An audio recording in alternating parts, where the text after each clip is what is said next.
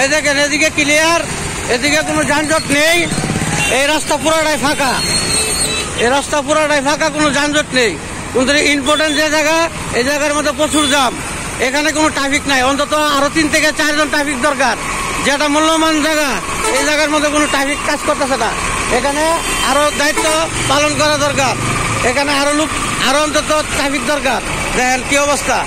আমি যতটুকু পারছি অতটুক হেল্প সহযোগিতা করছি। এছাড়াও আমি একজন অসুস্থ, আমি সাংবাদিক, এটা আমার দায়িত্ব না। এরপর আমি দায়িত্ব অতটুকু পালন করছি। এখানে বিরাট যানজট ছিল।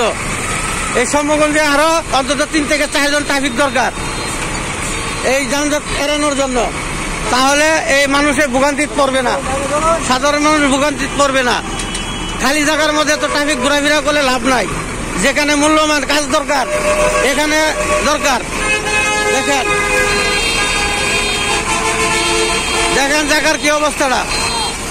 আমি অসুস্থ, এরপরও আমি যতটুকু পারছি অতটুকু হেল্প সহযোগিতা করছি জনগণের জন্য।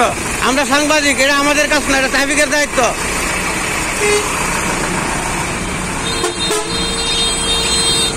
দেখেন কি অবস্থা। আরো ট্রাফিক দরকার, অন্তত 3 থেকে 4 জন।